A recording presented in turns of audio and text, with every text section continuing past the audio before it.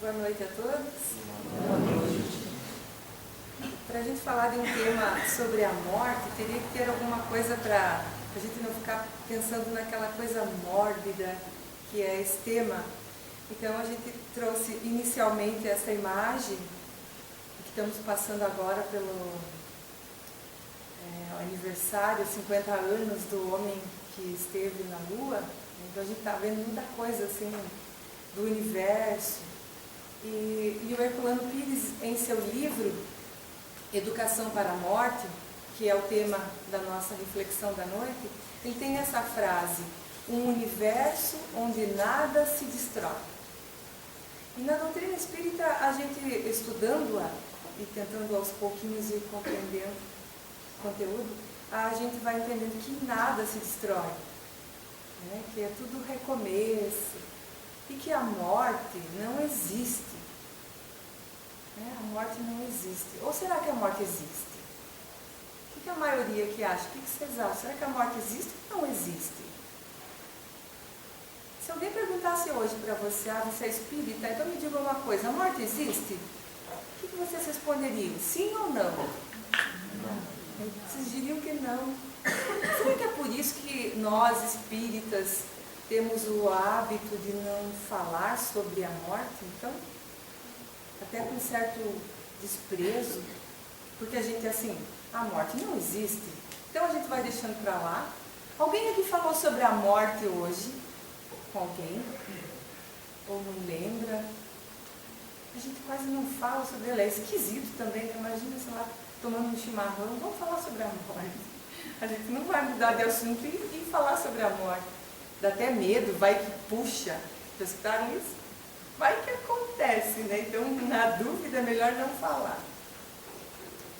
Esse livro, Educação para a Morte, a gente pode dizer que é um livreto. Tem apenas 120 páginas, mas de um conteúdo tão profundo de educação. E sentada ali agora há pouco pensando, eu estava de costa para a maioria, mas eu estava pensando assim, eu acho que ninguém entrou aqui nessa sala hoje sem educação. Vocês viram alguém entrando aqui sem educação? Todo mundo fidalgo, dando boa noite, abraços, os espíritas gostam de se abraçar. É cheio de educação que a gente entra aqui. Por que será que a gente não pensa, né? A gente é automático. Quando a gente vai em algum lugar assim onde tem mais pessoas, a gente vai com educação. E dentro do lar, quando a gente entra com educação? Ou a gente já entra chutando o cachorro, xingando alguém que esqueceu de desligar a panela, que estava cheirando. Como é que a gente está se comportando? Vamos pensar assim então, né? A morte, ela existe. A morte, ela existe, ela é um processo, ela acontece. O que a gente entende é que nós espíritos, somos imortais. Mas todos nós que estamos aqui encarnados, passaremos mais uma vez pela morte, né? E que nós possamos então, principalmente após ler esse livro, que é muito bom, a gente estava vendo aqui a propaganda do Leon Denis, Depois da Morte, né, Sandra, que é um livro excelente. Então que a gente se preocupe um pouquinho com isso. É de extrema importância que a gente pense. A gente tinha trazido um vídeo também, que é do Chico Xavier. Eu acho que você já deve ter assistido, se não o vídeo do Pinga Fogo, pelo menos do filme. Um vídeo em que o Chico vai contar uma historinha que aconteceu com ele no avião. Já deram risada, ó, só de lembrar, é muito engraçado. Que pena que está sem áudio aqui, para a gente poder ver junto. Vai ser muito legal. Então, nesse vídeo, o Chico estava morrendo de medo da morte. Morrendo de medo, né? Ele estava rezando. E ele vai contando daquele jeitinho dele, e que estava todo mundo apavorado, e ele também estava. E aí o Emmanuel vai entrar no avião e vai dizer para ele parar com aquilo, e ele estava morrendo de medo. E aí ele dizia, mas ele não queria, né? Ele não queria que fosse aquela hora também. E aí ele, mas nós vamos morrer. E aí o Emmanuel diz para ele, né? Lembra o que ele disse? Alguém lembra? Morra com educação, né? Morra com educação. E aí no finalzinho, a resposta do Chico, né? Ah, eu só queria saber como é que a gente morre com educação. Ele falou isso, no Pinga Fogo, tá lá. Ele diz isso. Só queria saber como é que a gente morre com educação. O que vocês acham, então? E nessa noite, claro que é de uma forma bem resumida, rápida e da maneira simples como a gente é, né? A gente tem pouco a oferecer, infelizmente, mas vamos tentar entender um pouquinho o que será que é morrer com educação, né? Porque o Herculano Pires, no seu livro, ele apresenta. Quem não conhece o Herculano Pires, ou não ouviu falar dele ainda, José Herculano Pires, ele é de Avaré, São Paulo. Ele nasceu em 1914 e desencarnou em 1979. Ele foi jornalista, filósofo, educador, escritor, tradutor e um dos mais memoráveis estudiosos e ativistas do espiritismo de seu tempo. Aqui no Chico Xavier tem Evangelho, as obras básicas traduzidas por Herculano Pires, são as melhores, não querendo desfazer as outras, mas as traduções do Herculano Pires são as melhores. Os comentários que ele coloca nas obras, né? Então, ele também é tradutor e traduziu vários livros, né? Foi autor de diversos livros, de teor doutrinário espírita e de traduções das obras de Allan Kardec. Por seu discernimento e fidelidade às ideias kardecistas, foi definido pelo Espírito Emmanuel como o melhor metro que já mediu Kardec. Que título, hein? Em seus escritos, um dos enfoques mais salientes é o da crítica ao movimento espírita com relação aos desvios doutrinários. A gente está vivendo tempos de muito desvio doutrinário. Em que tem assim, ó, é legal que as pessoas comecem a se abrir para o espiritualismo, as coisas da alma, mas que a gente entenda que não é espiritismo. Muitas práticas não são espíritas. Então, a tecla que ele mais batia era essa, que a gente, então, não se desvie da doutrina espírita, né? Porque pode ser perigoso para nós e para a própria doutrina. Então, é seguro que a gente sempre, principalmente, a gente tenha como base as 5 obras do Pentateuco, né? E vocês aqui, acho que a maioria já teve na escola, tem alguns mais jovenzinhos que talvez não, mas vocês lembram da educação moral e cívica na escola, aquela matéria? Aí, eu não sei se foi essa matéria, mas eu tenho um amor pela nossa bandeira do Brasil. Eu desconfio que foi na educação moral e cívica. Que amor que a gente tinha, né? A gente tinha educação moral e cívica na escola. Deveria voltar, né? Não acho que deveria voltar essa matéria nas escolas? É importante, né? A escola não deve nos educar, mas é na escola que a gente aprende muita coisa, principalmente o cívico ali, né? Segundo Kardec, então, lá no Livro dos Espíritos, educação a gente vai encontrar lá como o conjunto dos hábitos adquiridos. A palavra, né? Educação, conjunto dos hábitos adquiridos. Como nós nos comportamos, quer dizer, a nossa educação. O conjunto dos nossos hábitos. E nos educar é deixar os velhos hábitos e adquirindo novos, melhores, cada vez melhores. Isso a gente encontra na questão 685, e a pergunta dessa questão é: o homem tem direito ao repouso na sua velhice?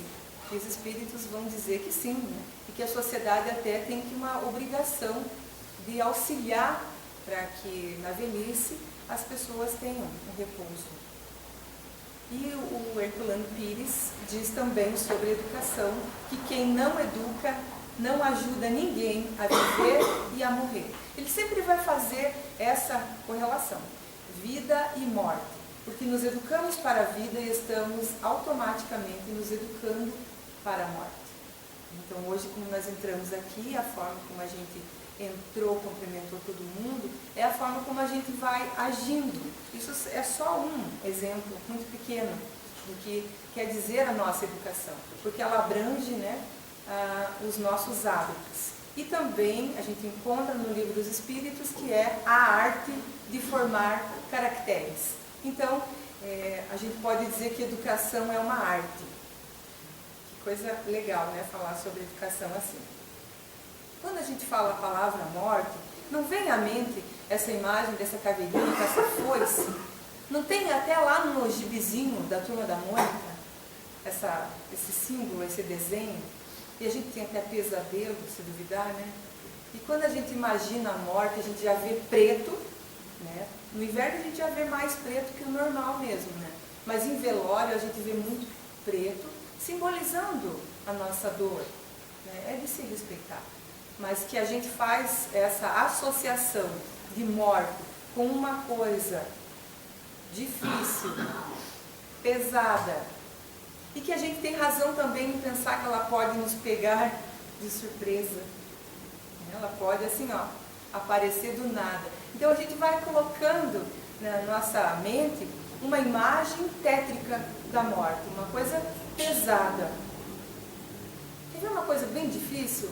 É você falar com o teu filho, por exemplo, de 20 anos, como que ele gostaria que você fizesse com o corpo dele se ele desencarnasse antes de você. Acharam horrível isso? Eu já falei para o meu filho. E ele já me explicou como que ele quer que seja. É doído? É horrível de fazer essa pergunta. Mas é importante. Né? É importante que a gente fale com naturalidade, que a gente deixe em dia as senhas do banco, para depois as pessoas não se incomodarem. O que é para fazer com o corpo, se é para doar os órgãos. Isso é legal fazer. Não vai puxar. Não vai atrair, né? É uma forma da gente ir tirando esse peso, esse medo místico de que vai acontecer alguma coisa, né?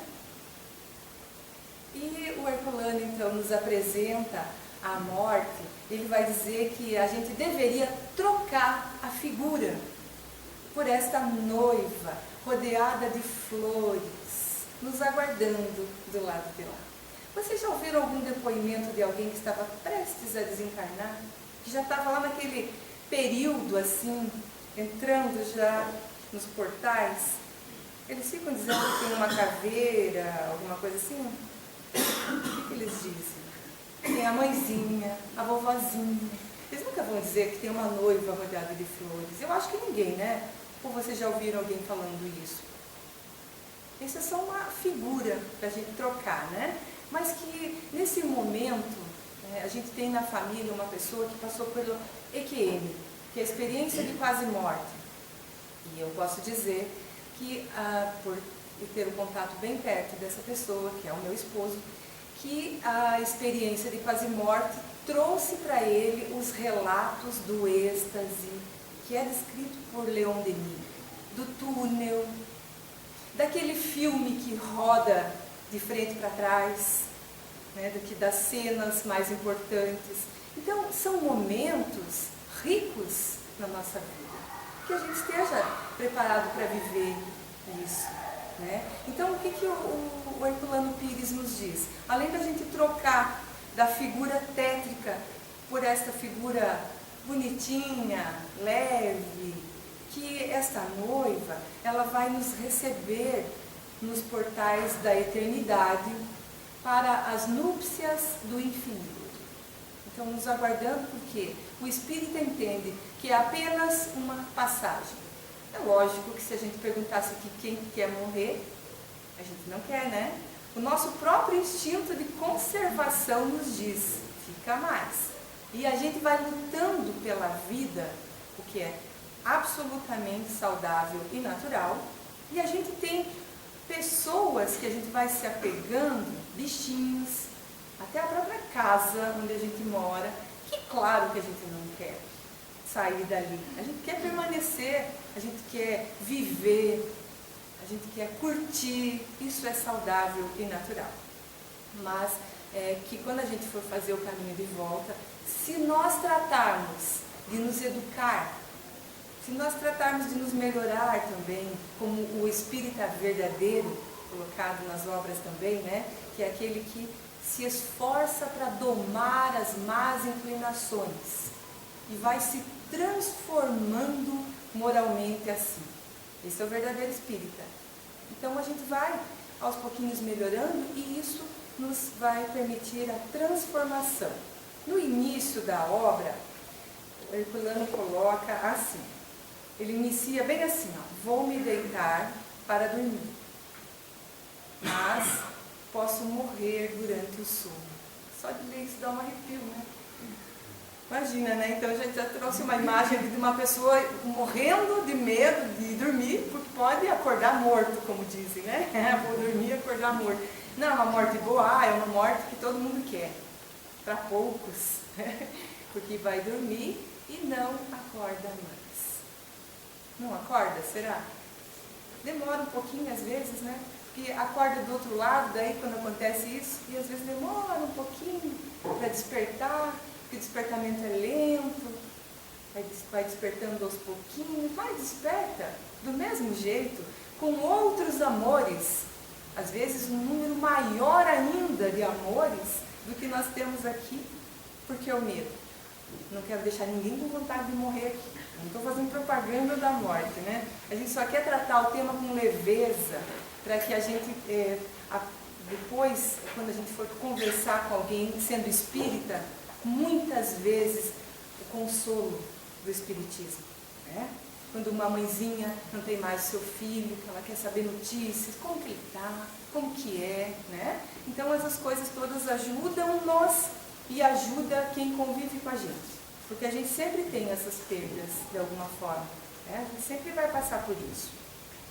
Ele vai falar também no início da obra de Sócrates, quando ele foi condenado à morte, libertadora, diz Herculano Pires, ao ponderar sobre a vida condenada sobre aqueles que o condenaram. Que aí ele vai relatar aquela situação da esposa de Sócrates, que chega lá desesperada, que ele tinha sido condenado à morte, alguém lembra? Injustamente. Injustamente condenaram ele. E a resposta de Sócrates, alguém lembra? Eu gosto de fazer isso, que a gente memoriza, né?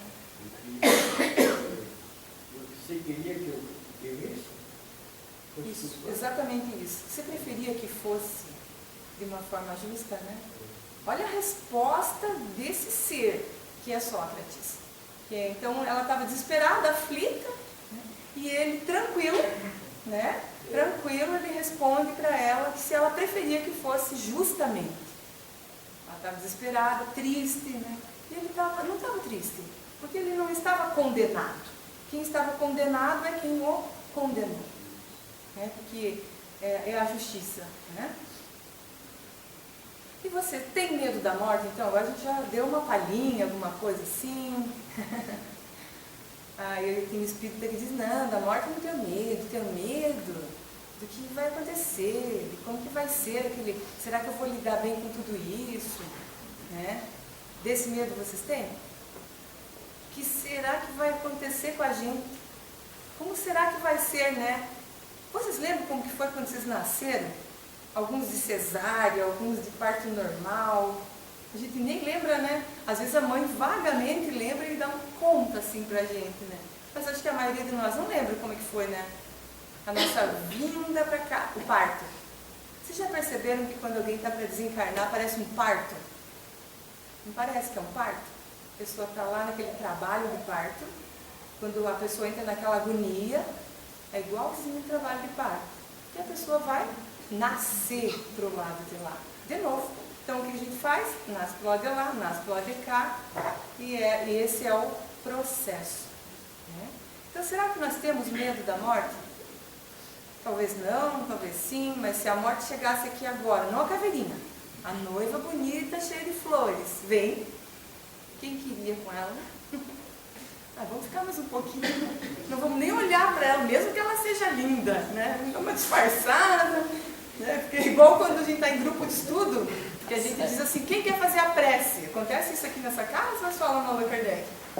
Quem quer fazer a prece? As pessoas ficam assim, né? Aí a leitura todo mundo quer fazer, mas a prece, ninguém olha, né? Será que se a morte chegasse aqui, né, aquela noiva cheia de flores, será que a gente ia agir assim também? Será que ela não vesse a gente, né, porque dá uma disfarçada, né? Então, mas é porque a gente assim não está muito ainda querendo, né? Vocês já viram o livro Obreiros da Vida Eterna? Faz parte da coleção A Vida no Mundo Espiritual, de André Luiz, na psicografia do Chico. E no capítulo 18, Desprendimento Difícil, conta a história do Cavalcante. Se alguém já leu, vai lembrar, né? Ele era católico fervoroso. Ele era tão fervoroso que ele perdeu a esposa, que ela dizia que ele era um padre sem batina. Tanto que ele era enfiado na igreja. Então ela deixou ele. E ele seguiu o caminho dele durante a vida, na religião, né? E ele era um bom católico. Um católico praticante, cristão, que é o que mais importa, né? Ele era cristão. Mas ele tinha todos os tabus referentes. Ele não tinha conversado com ninguém sobre a morte. E ele estava lá, no hospital, nos momentos derradeiros. Então, o André Luiz faz essa pergunta: por que tanta resistência por parte de Cavalcante? Ele já não tinha mais nem fluido vital, não tinha mais nem como ele sobreviver ali, ele estava se segurando, né? Já viram?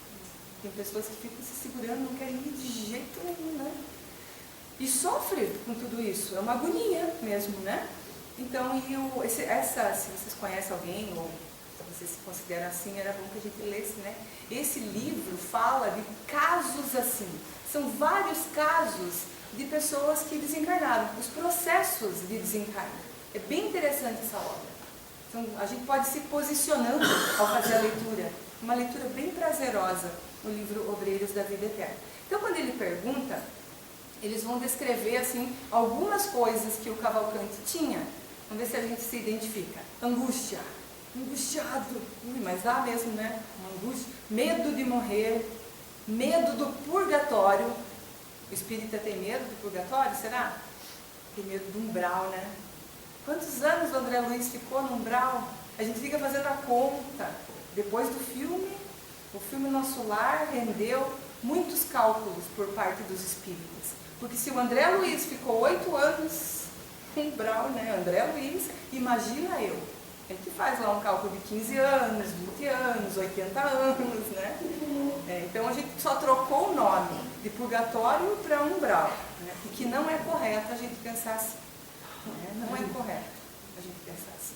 Todas as vezes que a gente se desequilibra com raiva, esses sentimentos, né, que nos deprimem e que carregam a psicosfera, isso é estar no umbral. É simples assim.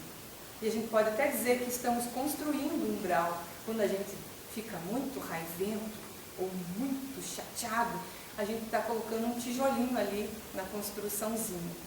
Olha a nossa responsabilidade, né? Então, esse medo aí do tal do umbral, né, do purgatório.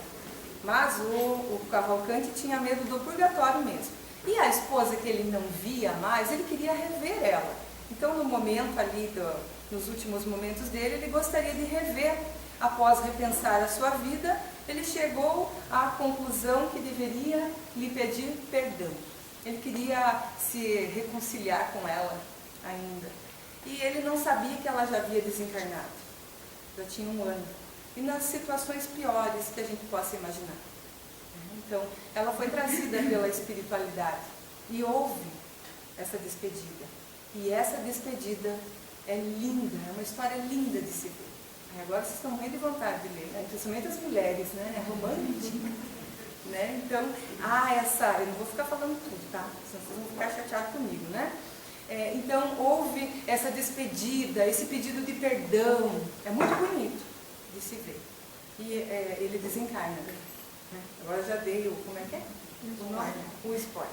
Mas por que está desencarnando mesmo, né? Olha aqui a foto do umbral, então, né? Lá no filme a gente viu bastante isso. E no livro dos Espíritos, Kardec coloca lá as percepções, sensações e sofrimentos dos espíritos. Existe um capítulo no livro dos Espíritos tratando desse assunto. Na questão 255, quando um espírito diz que sofre, de que natureza é seu sofrimento? Angústias morais, que o torturam mais dolorosamente que os sofrimentos físicos. Qual dia a gente não tem uma dorzinha, por mais leve que seja? É dor no dedo, é dor no dente, é dor no olho, dor no cabelo, dor na cabeça, não é? Mas que dor moral a gente fala? Já ouviram alguém dizer que está doendo? Estou com dor moral hoje. A gente não fala assim, né? Mas lá no livro dos Espíritos está falando da dor moral, que é a dor mais doída nossa. E agora a gente pode falar. Quando a gente se arrepende de alguma coisa que a gente fez e a gente reconhece o erro, não dói? Ui, que dor! Né? Se a gente pudesse voltar ali rapidinho no tempo e desfazer, mas daí não dá mais tempo, a gente já fez. Porque a gente muitas vezes age por impulso. Isso faz parte da educação, para a morte e para a vida. Né? Quando a gente vai se educando, trocando os nossos velhos hábitos, né, que a gente tem, e que a gente pode até dizer que é a culpa da nossa criação, um pouco tem, né? Os nossos pais, a convivência que a gente teve, tudo isso fez a nossa personalidade hoje. Nos construiu, nos ajudou a construir o que a gente é hoje, esta personalidade. Porém, nós somos espíritos imortais. E nisso está a grande diferença em que dois irmãos são como os dedos das mãos, como a mãe diz. Né? Um é criado da mesma forma e são totalmente diferentes um do outro. São as nossas bagagens. É o que a gente já adquiriu, né? Que a gente não precisa mais tirar, né? Porque a gente já está melhor em determinadas coisas.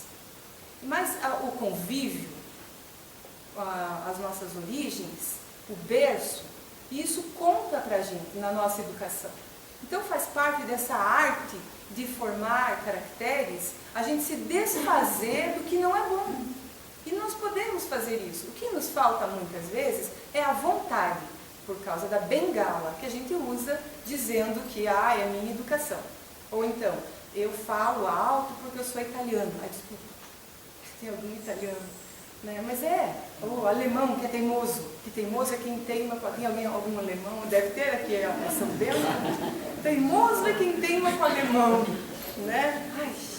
Mas a gente justifica assim, dizendo que a gente é teimoso porque é alemão, ou então fala tudo porque é italiano, e não é verdade esse bilhete, né? Que não é verdade, porque a gente pode sim, se a gente fazer bom uso da nossa vontade, do nosso pensamento e da nossa inteligência, que são as nossas ferramentas, que ninguém tira, a gente pode mudar tudo e se transformar moralmente e não sentir mais tanta dor moral. Né? Quando a gente se transforma, vai doer menos, e não é melhor para nós? A menos que a gente seja masoquista, que gosta de sofrer, né? Mas consciência, assim, em estado pleno, a gente não vai querer. É muito melhor ser feliz, ser leve.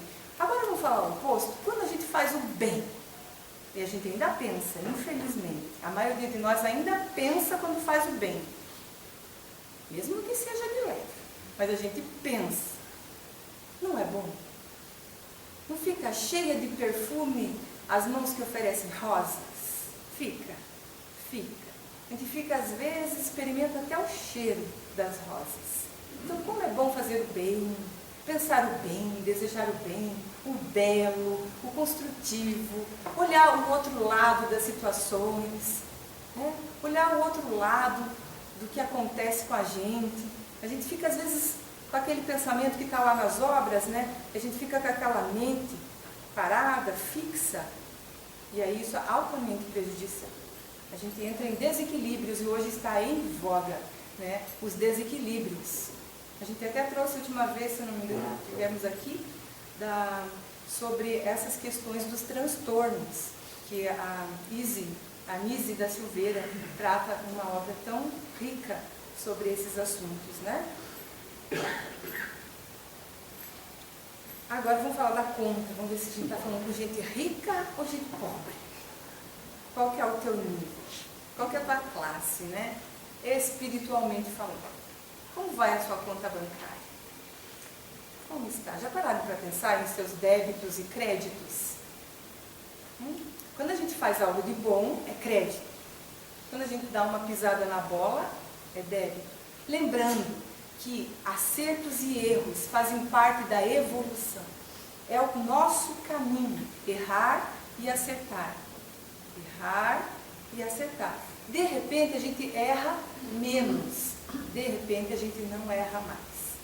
Esse é o processo e é muito legal. Então entrar em culpa e ficar se sentindo mal também não é legal, né? O que a gente pode é refazer. Isso é um ensinamento de Allan Kardec, né? Que a gente não pode ficar remoendo, porque isso não é bom, isso vai fazer mal. E também não vai mudar nada a nossa conta bancária, né? A nossa conta bancária vai melhorar quando a gente começar a ter mais crédito do que débito. Então é o desapego dos bens materiais sem confundir com o desprezo, porque nunca a doutrina espírita vai dizer, olha, não precisa de material, né? É o progresso. As coisas que o homem produz são lindas, as construções, não é verdade? Os prédios, quando a gente olha um prédio grande, não é lindo? Isso é progresso. Né? Uma empresa grande que contrata muitas pessoas, que gera empregos, isso é progresso. Né? Então não é o desprezo, mas por abnegação, por a gente não dar tanta importância para isso e saber distribuir tudo isso. O ato abnegado, nos diz Herculano Pires, não pode visar a recompensa pós-morte. Digamos que a gente consegue já ser, né, ter esse desapego importante dos bens materiais, né, mas ele não pode visar a recompensa pós-morte. A gente fazer pensando que vai ser recompensado, né? Pois não há premiação. Olha que coisa horrível que ele conta pra gente, né? Mas sim consequência futura do que hoje fazemos. E aí ele vai dizer assim, como que a gente é recompensado então? Tem que ter uma recompensa, né? É o que dermos de graça. Lembra Jesus? Dai de graça, o que de graça recebeis. O que a gente recebe de graça? Os nossos ouvidos quando alguém precisa comprar alguma coisa. A gente pensa assim que a gente precisa doar alguma coisa quando a gente tem. E se doar é mais importante. Doar é um dever. Se doar é o nosso crédito. Quando a gente diz assim, olha, eu nem vou ficar aqui debaixo do cobertor, está nevando lá fora, está caindo canivete, eu não vou ficar debaixo do meu cobertor porque alguém está passando por uma dificuldade, eu vou lá. Oferecer o meu ouvido, vou dar um abraço. Olha a dificuldade que nós temos. Vocês já pararam para se colocar nessa situação? De você lá vendo um filminho, o filme de Allan Kardec, né, na telinha, você lá debaixo dos cobertores, e aí aquele amigo precisa da gente. Olha a dificuldade que a gente vai ter para abrir mão do nosso orgulho, da nossa vaidade, do nosso egoísmo, que é olhar para o próprio umbigo. A gente vai ter uma régua, mais ou menos, da nossa conta bancária, quando a gente olhar quanto egoísta nós somos. A gente descobre quanto egoísta a gente é quando a gente tem que compartilhar. Compartilhar o espaço, as nossas coisas, né? Compartilhar até os amigos, porque amigos também têm ciúmes, né? Acontece em todos os lugares, a gente tem essa pontinha de ciúme, essas coisas todas que são altamente prejudiciais a nós. Alguém assistiu o filme Allan Kardec? Que filme maravilhoso, quem não assistiu não perca a oportunidade de assistir. Teve aqui no cinema, né? Lá no filme, agora para quem assistiu, só pergunta. Qual que é o principal adversário do espiritismo? Ah, vou dizer que vocês não lembram. Ou então quem não assistiu sabe. O principal inimigo. Qual? Estou falando bem baixinho, estou com vergonha. Com vergonha, meu Deus, o espiritismo tem inimigos e a gente nem sabia. Ai, tá tão fácil, gente. A cola tá ali, ó. Não vou falar então. Vou ficar aqui até 9h30, tem tempo ainda. Ah, nem estou com pressa. O apego aos bens materiais. Ah, olha aqui, gente.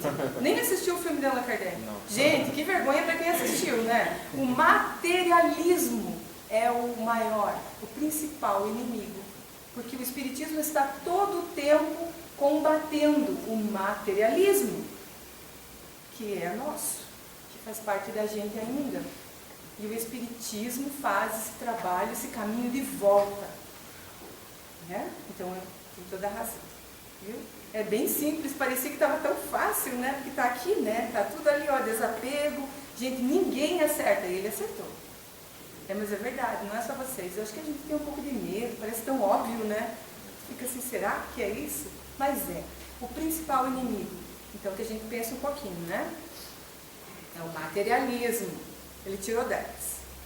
Mais uma vez esse bonequinho pensando, será que a gente consegue amar o nosso próximo como a nós mesmos, conforme a orientação de Jesus?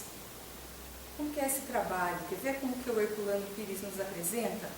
Cultivar a própria identidade para voltar-se aos demais e ensaiar o amor ao próximo. Ele usou essa palavra, ensaiar.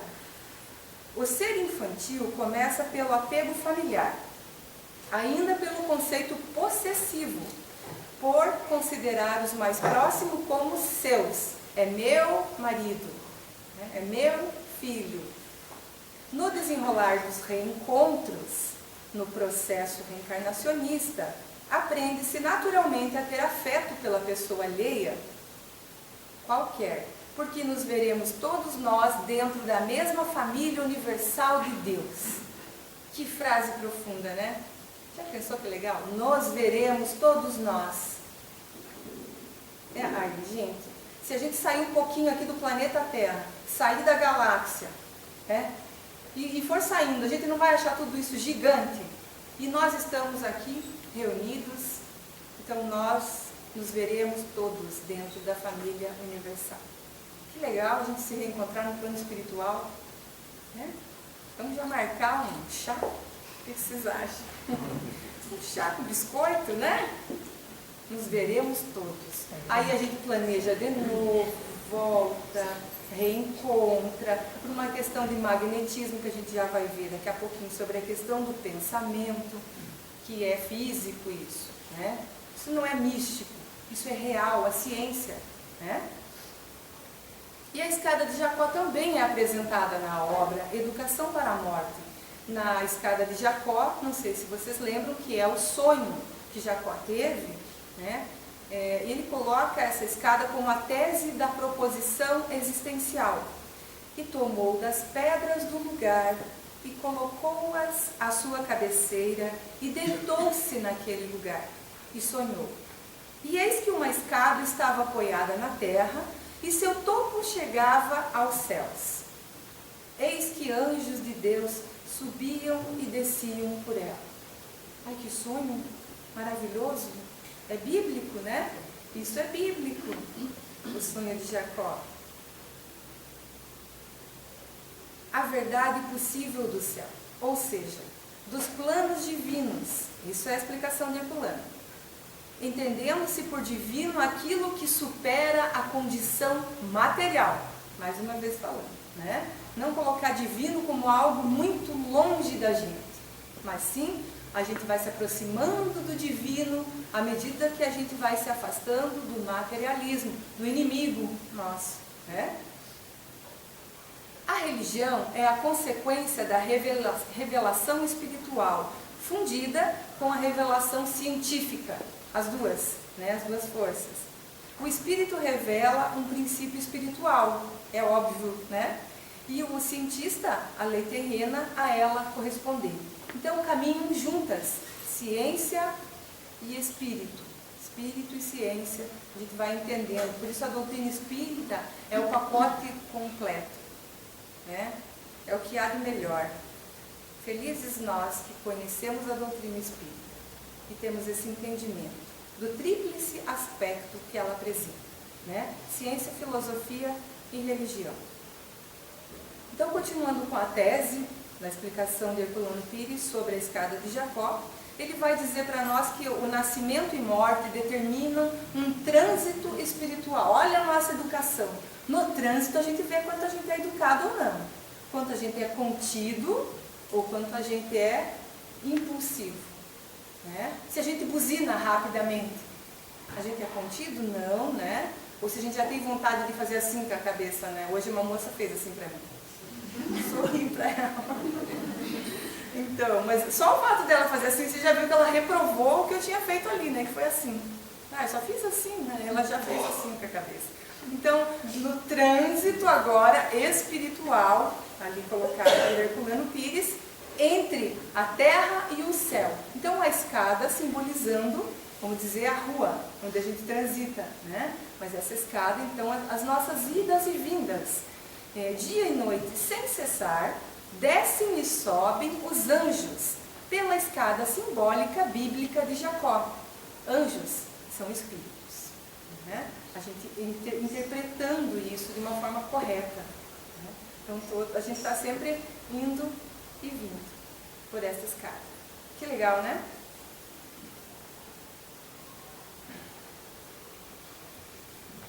A condição do espírito no estado consciencial, agora falando da nossa consciência, onde está o nosso pensamento, estaremos nós. Por exemplo, nós estamos todos aqui agora, mas nem todos estão aqui agora. Porque alguém pode estar preocupado com alguma coisa, por exemplo, lá no escritório, lá na escola, em casa mesmo, e está lá, com toda certeza está lá. De vez em quando a gente volta aqui para a Associação Espírita Chico Xavier. Fica mais um pouquinho e vai, né? E não é assim que acontece? Então, aonde está o pensamento, está o espírito. É assim. Até a gente vai ver nas obras que o espírito não fica como se estivesse dentro de uma caixa. Não fica. Que legal também entender isso, né? E o nosso pensamento, o que ele faz? Ele emite ondas eletromagnéticas. Para que a gente possa entender o ímã, né? Expulsão, repulsão e atração. E é onde está o centro do seu interesse. E já nos apresentou Jesus, porque onde está o teu tesouro, aí também está o teu coração.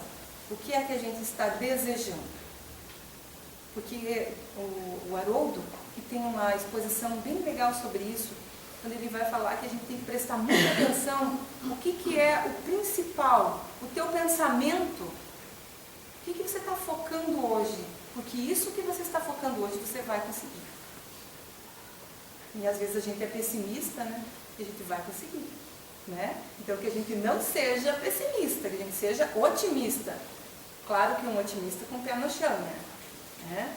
Mas que a gente sempre tenha esse pensamento construtivo, principalmente quando a gente for pensar nas questões da alma. Pensando na gente mesmo, que é o que mais importa de tudo isso. Quanto que eu já construí? O que eu quero ser? Né? Assim como eu vejo o outro se apresentando para mim e eu não gosto, eu não quero ser assim também. Então, eu vou amando o meu próximo como a mim mesmo. Então, começa pelo alto amor. Eu preciso me amar. Eu preciso amar quem eu sou hoje, independente do que eu já passei. Dos traumas, das perdas, das desilusões, das traições, tudo o que aconteceu com a gente. Tira tudo isso. E eu sou mais do que tudo isso. Eu importo mais do que tudo isso. Eu tenho muito valor. Né? Eu tenho muito valor. Eu valho muito. É isso. Então, o foco principal da gente tem que ser a gente mesmo. Sem egoísmo. Não é ser egoísta pensar assim. E daí a gente se amando muito, a gente vai conseguir amar o outro. E é isso que Jesus quer da gente. É isso. Tem uma outra obra, Cartas de uma Morta, que a gente poderia ficar falando aqui também bastante. É muito fofa essa obra. É a mãe do Chico, contando o que está acontecendo com ela do outro lado. É uma delícia de livro. Tem em audiolivro, na verdade, radionovela, que é narrado, vai contando assim de uma forma muito gostosa de ouvir. E nessas Cartas de uma Morta, ela vai falando até de outros planetas. Olha, a gente está no auge agora, né? Do homem à lua, então aproveitem. Está no clima. Ela vai contando coisas incríveis do que ela vê, do que ela vive, do que ela sente. E o que mais chama atenção é o momento do reencontro da mãe do Chico com a sua mãe. Ela diz que ela estava lá nos amargores da terra longínqua. Os meus temores, ela diz, as minhas esperanças, o meu longo afeto, toda a minha saudade, enfim, tudo ali estava nos meus prantos de imensa alegria, quando ela reencontra. Olha o que a mamãe dela diz. Maria, estás fatigada pelas emoções consecutivas? Vem descansar um pouco ao meu lado, filha, junto ao meu coração.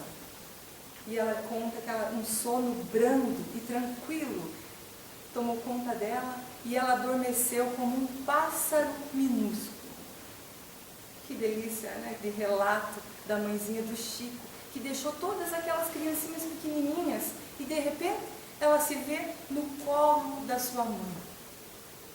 A gente tem tantas preocupações na vida. Mortos e vivos somos todos. Revezamos-nos na terra e no espaço, porque a lei de evolução exige nosso aprimoramento contínuo. A reencarnação é uma exigência do nosso atraso evolutivo. Como a semeadura da semente na terra é a exigência básica da sua germinação e o seu crescimento. Nascimento e morte são fenômenos naturais da vida. Deus não mata, Deus cria. Então quando a gente diz Deus castiga, Deus não castiga, Deus não mata, Deus apenas cria. Nós morremos e nascemos porque nós ainda precisamos. É a questão ainda do nosso estado evolutivo, né? Ainda estamos em atraso, precisamos ainda, até um dia não precisar mais. Ou de bom, se eu digo, o planeta Terra é lindo, esse planeta azul nosso é maravilhoso, imagina os melhores, imagina os outros mundos que nós iremos. Basta que a gente queira, né? Olha a propaganda aí dos planetas, né? A educação para a morte não é nenhuma forma de preparação religiosa para a conquista do céu. É um processo educacional que tende a ajustar os educandos à realidade da vida, que não consiste apenas no viver, mas também no existir, no transcender. Já pensou a gente hoje trabalhando o dia inteiro, correndo para lá e para cá, depois vai lá, come, dorme, acorda de manhã, vai lá, corre para lá e para cá, come, dorme, acorda de manhã, nem vem para o centro? Que sem graça, né? Então a gente está preocupado com o quê? Com essa transcendência. Deixa eu saber lá na Associação Espírita Chico Xavier, o que vai acontecer? Como que é as questões do Espírito? Depois que a gente começa a ver palestra, dá vontade de saber um pouco mais. Aí a gente começa a estudar, porque tem os estudos na casa, né? E cada vez a gente vai ficando mais curioso, uma curiosidade tão saudável, né? Dá um up, né, na gente. É como a borboleta, ali a gente vai se transformando.